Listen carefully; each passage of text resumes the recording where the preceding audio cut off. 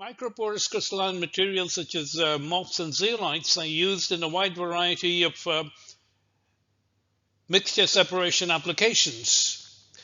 As an example, I show here 5 different types of microporous materials.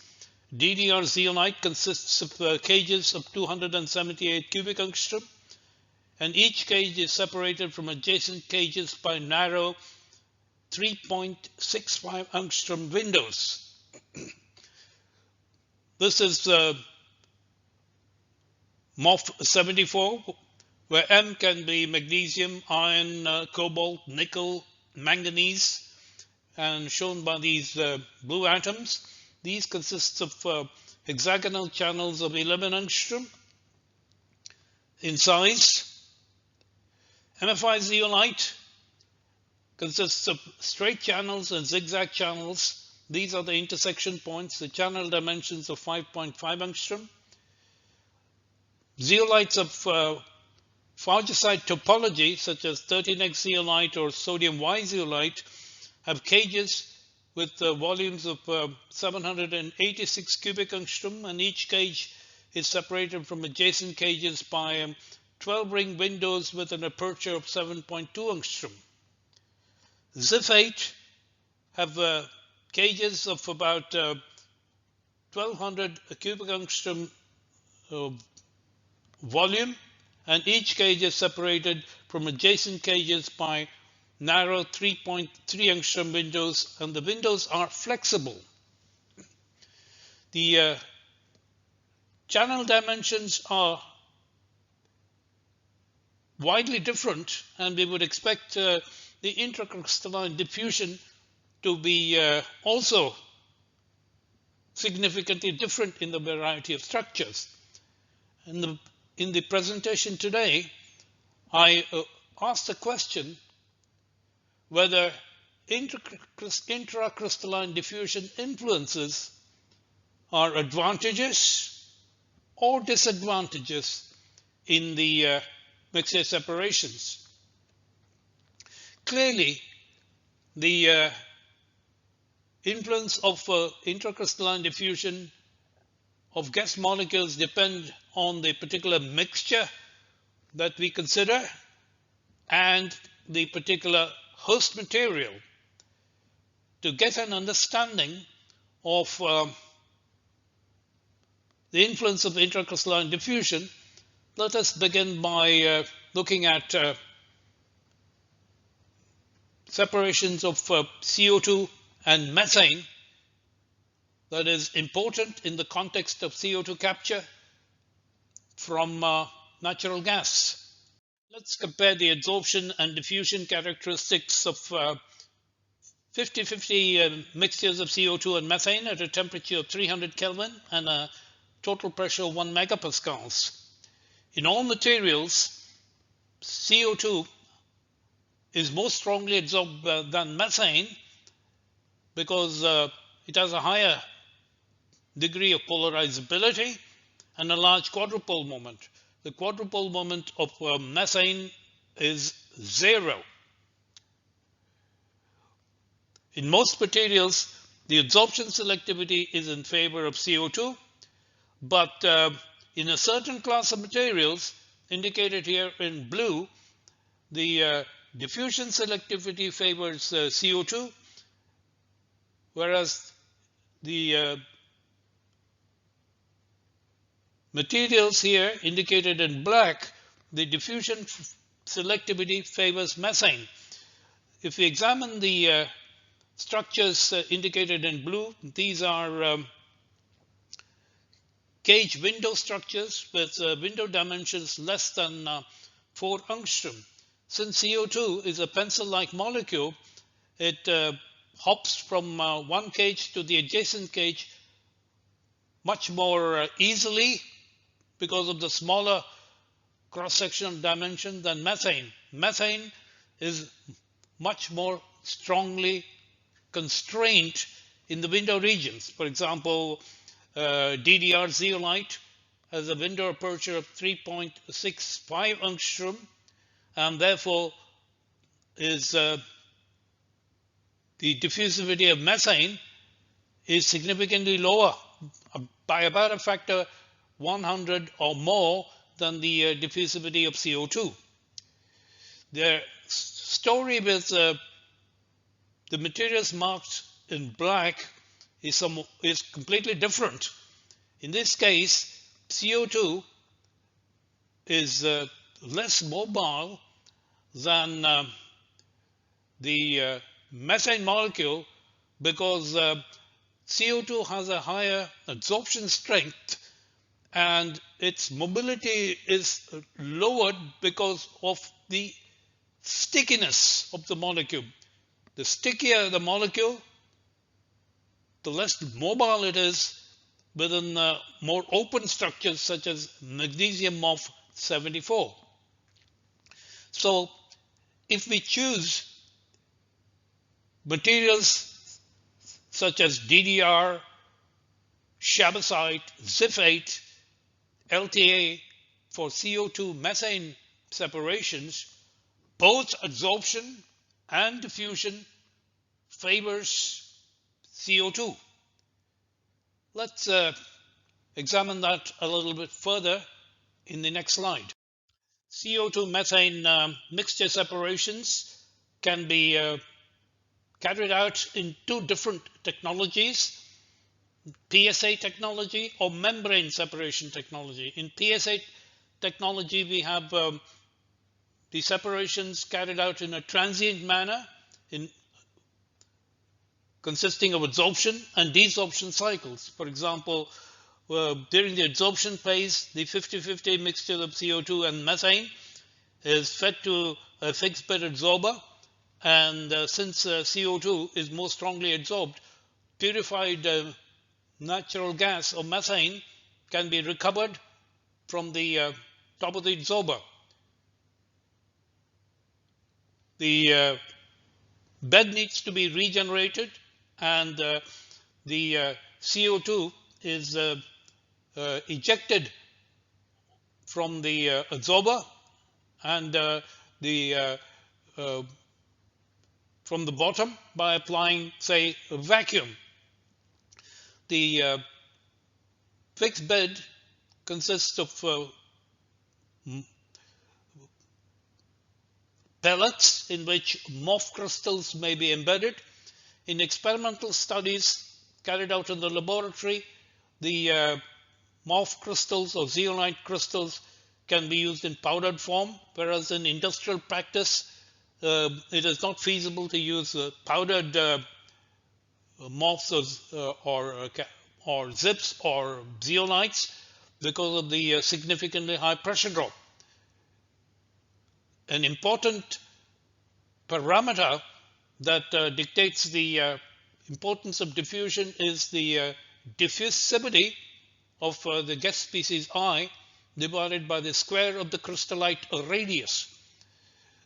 If this value is very large, then diffusion limitations are of negligible importance, whereas if the ratio of the Maxwell-Stefan diffusivity of component I to the square of the crystallite radius is very small, say less than about 10 to the power minus 3 or so, then diffusion limitations can be of importance, as we shall examine in the subsequent slides.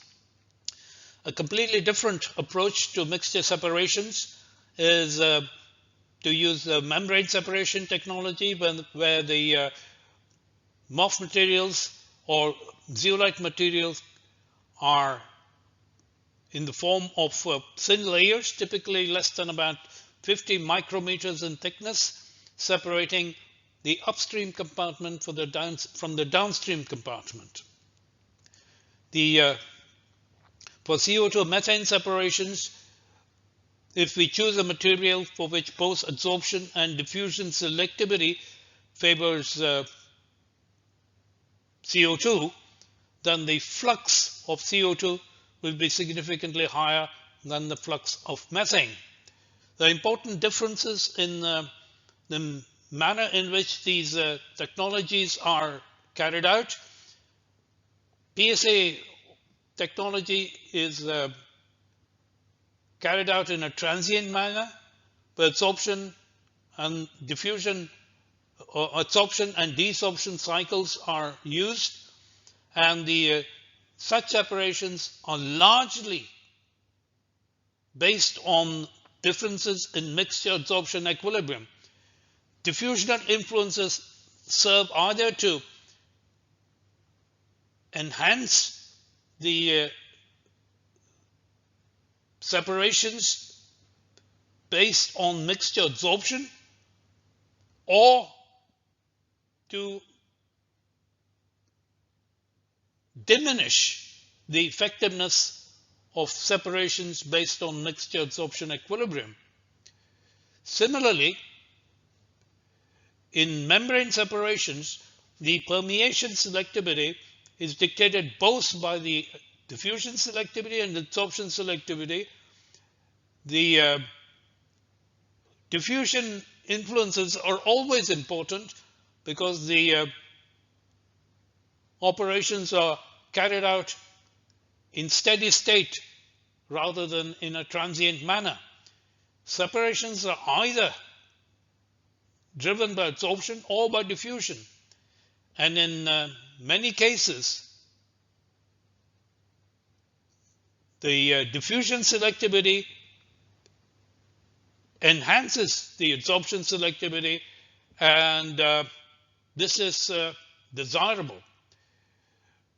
In the presentation today, I will focus on the PSA technology to describe the influence of intracrystalline diffusion, the influence of diffusional influences on membrane permeation is considered in my video presentation titled A Tutorial on Membrane Permeation. Please refer to that.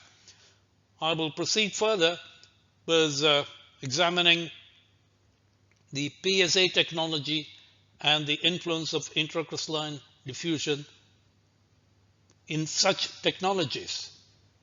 We examine separations of 50-50 mixtures of CO2 and methane in a fixed bed adsorber packed with a DDR zeolite operating at a total pressure of 100 kilopascal and a temperature of 300 kelvins. CO2 is much more strongly adsorbed than methane, and purified methane can be recovered from the top of the adsorber during the adsorption cycle. The importance and significance of diffusional limitations is described by the parameter, the Maxwell-Stefan diffusivity of component I divided by the square of the crystal radius. And if we use very, very fine crystallite sizes, say less than about 1 micrometers, we can ensure that the diffusional influences are of negligible importance. Conversely, for larger crystallite sizes, say less about 50 micrometers or more, then the diffusional influences become larger. We show calculations of the concentrations, dimensionless concentrations at the exit of the adsorber, plotted against a modified time parameter, where Q0 represents the volumetric flow rate at the inlet in units, say, of liters per second, multiplied by the time divided by the mass of the adsorbent. The units of the parameter on the plotted on the x-axis is liters per kilogram. The simulations shown in black are simulations for a scenario in which intracrystalline diffusion limitations are of negligible importance because the crystallite sizes are chosen to be very small. And we note there is a significant time interval before methane exits from the adsorber. So purified methane can be recovered during this time interval. The red lines are simulations for a scenario in which the crystallite sizes are significantly larger, and therefore the diffusional influences are significantly stronger. Since methane has a significantly lower diffusivity than CO2, it can be totally excluded from the pores because of the strong diffusional limitations. Recall that the diameter of a methane molecule is about the same order of magnitude as the window aperture, whereas CO2 has a cross-sectional dimension of 3.1 angstrom, smaller than the window aperture. So the diffusivity of methane is significantly lower and therefore can be practically excluded from the pores. In these simulations, methane is exiting the adsorber practically at the start of the run, and consequently the productivity of purified methane, which is the desired product, is higher in the case of strong diffusional limitations. So there is an adsorption, diffusion, synergy, and this is of vital importance in achieving high methane purities. For further discussions on the adsorption, diffusion, synergy, I refer you to my presentation on CO2 capture from natural gas on my YouTube channel. Let us move on to CO2 capture from ethane using a fixed bed adsorber packed with a DDR zeolite. Ethane is much more strongly adsorbed than CO2, and if the crystallite sizes of DDR in the fixed bed adsorber is chosen to be small enough such that diffusional influences are not important, then the component that is exiting the adsorber will be the less strongly adsorbed CO2, whereas C2H6 is preferentially retained within the pores. However, if we use DDR crystals with crystallite sizes that are large enough such that diffusional influence become of significant importance, then the component that exits the adsorber first is the saturated alkane, marked here in blue, and CO2 is retained within the pores because of the significantly higher diffusivity. So the diffusional influences can be exploited to reverse the selectivity and make it in favor of CO2, and purified ethane can be recovered from the top of the adsorber. Branched isomers of hexane are preferred components for incorporation into the gasoline pool because they have a high octane number. We consider the separation of normal hexane from 2-methylpentane using MFI zeolite that consists of straight channels and zigzag channels of 5.5 angstrom in size. The separation is carried out in a fixed bed adsorber, and the adsorber is packed with MFI crystals. we can adjust the importance of diffusional limitations by choosing the appropriate crystallite size. The diffusivity of normal hexane is significantly larger than the diffusivity of 2-methyl pentane because 2-methyl pentane is configurationally challenged and has a diffusivity about 2 orders of magnitude lower than the diffusivity of normal hexane. Furthermore, due to configurational considerations, the adsorption selectivity is also in favor of normal hexane. So both adsorption and diffusion favors normal hexane in MFI zeolite. We consider the breakthroughs in a fixed bed adsorber using 2 different models. The line marked in blue are simulations in which diffusional limitations are ignored and the crystals are assumed to be in equilibrium with the bulk gas mixture surrounding those crystals, in which case we have sharp breakthroughs of 2-methyl pentane and normal hexane as it traverses the adsorber. Introduction of diffusional limitations leads to earlier breakthrough of 2-methyl pentane, and this is advantageous because during the adsorption cycle, the productivity of 2-methyl pentane, that is the desired product for incorporation into the gasoline pool, is realized because the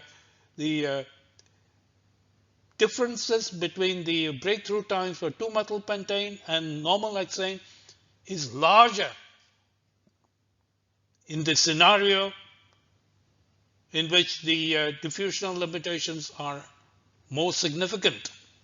Therefore, the adsorption diffusion synergy leads to higher productivity of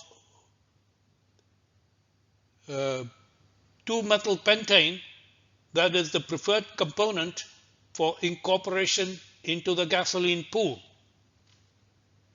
For use as feedstocks to the polymerization reactor, the ethine content in C2H4 should be less than about 40 ppm because small amounts of C2H2 poisons the catalyst. The separation of C2H2, C2H4 mixtures is therefore of importance in the process industries. We consider a 199 mixture of C2H2, C2H4 and consider separations in a fixed bed adsorber packed with ZUL100, where we have commensurate packing of C2H2 within the pores of ZUL100. This material is described in the Nature Communications article published in 2020. C2H2 is preferentially adsorbed and the adsorption selectivity is of the order of about 200 in favor of C2H2. The experimental data for 199 mixtures of C2H2, C2H4 are shown by the symbols. The red symbols are for C2H2 and the open symbols are for C2H4. And we note that due to the strong absorption of C2H2, the C2H4 is rejected into the gas phase right after the start of the injection of the feed mixture. So purified C2H4 can be recovered during a certain time interval between here and here, meeting the purity requirements demanded by industry. Also shown by the blue lines here are the simulations for the breakthrough in the adsorber, in which the diffusional limitations are ignored. And we note that if diffusional limitations are ignored, the breakthroughs are significantly sharper, and this results in a higher productivity of purified C2H4, that is the desired product for feedstocks to the polymerization reactor. Put another way, diffusional limitations serve to reduce the productivity of purified ethene, which is the desired product.